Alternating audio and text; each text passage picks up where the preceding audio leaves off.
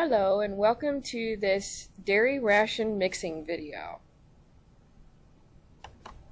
In this video you will see how a ration is made for dairy cattle. This narration is property of the author and the video I do not own. As a part of this educational website you have seen what a ration is, and now you will see how an Ontario dairy farm makes their rations. Here you see the mixer churning. The blades of the mixer work in a similar way to a blender. In the following minutes you will see ingredients be added to the ration. The first ingredient is haylage. Haylage is grass or alfalfa hay that has been cut at a certain moisture content.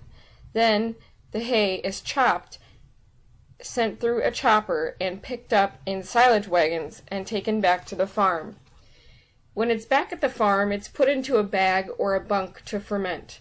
The fermentation softens the feed and makes it easier to digest for the cows. Haylage is the ingredient that is added in the second most amount. The steam you see here is either dust from haylage that is too dry, or steam because the fermentation process can sometimes create heat if there's enough moisture content. Also, it could be a cold day, and the steam you see is caused by a temperature difference between the haylage and the surrounding air temperature.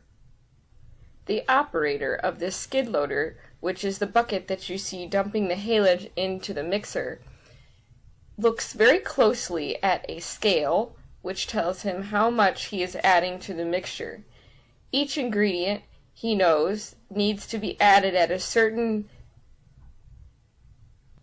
in a certain amount, so he makes sure that just that amount is added.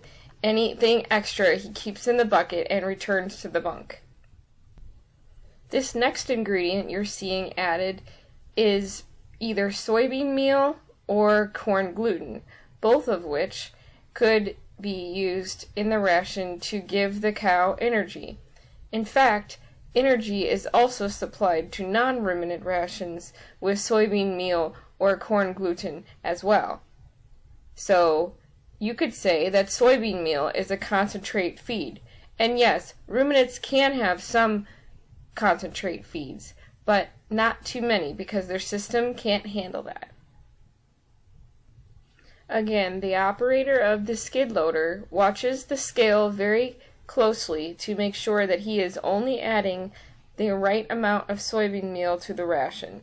You cannot see the scale here, but it works just like the scale in your bathroom, actually.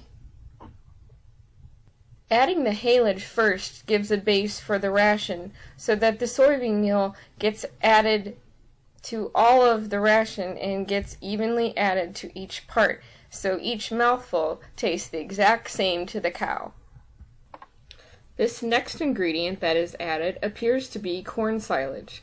The process to make corn silage is similar to the process to make haylage, except you start with a mature cornfield. The cornfield is harvested by a combine, and the entire plant, even the corn cob, is run through the chopper. Corn silage is used in the diet for dry matter content, or fiber, and energy. The corn silage is blown into silage wagons and taken back to the farm. At the farm, the corn silage is put into a bag or bunk and allowed to ferment and soften so it's just the way the cows like it. Corn silage is added in the largest amount to most dairy rations. Notice how the skid loader operator takes his time to add the ingredients. The reason he takes his time is because the more time taken to ensure that the ingredients mix together right will prevent the cow from sorting ingredients. Like a child who doesn't like carrots, for example, will pick the carrots out of anything you put in. But if you make the particles small enough and you mix everything together well enough, he won't be able to pick out the carrots. So that's exactly what we think about the cows. You should notice here just how much corn silage is in a dairy ration. This is the third bucket that the farmer has put into the mixer, and he's watching the scale close to make sure that he adds the right amount of corn silage.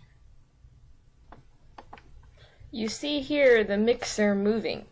It still mixes while it's moving, But the tractor operator has the opportunity to turn off the mixer if he just needs to sit in the same place, just so the ration isn't overmixed. However, in this case, the driver drives all the way through the barn, and then he backs back through the barn to unload the feed. As you can see as this video goes on, the feed is draining out of the mixer. You see how there's less and less feed, and you can start to see the mixing blades again? It offloads from the bottom of the mixer, so you can't see it from this angle. But in just a minute, we will show you what happens when the feed exits the mixer. The mixing action of the blades in this case helps to propel the feed out of the mixer and into the bunk, which you will see soon. The feed can be offloaded at a certain rate, which the tractor operator can operate. In this video, you can't see the tractor operator, but he has controls that allow him to look at the scale and offload certain amounts of feed to certain cattle, so that if you have feed that needs to be dumped in different areas because you have different cows in different areas, then you can still mix it all at the same time and still put enough in each bunk. Here you can see the feed being offloaded into the bunk. The cows can stick their heads through the holes in the top of the frame of the video here and eat the feed.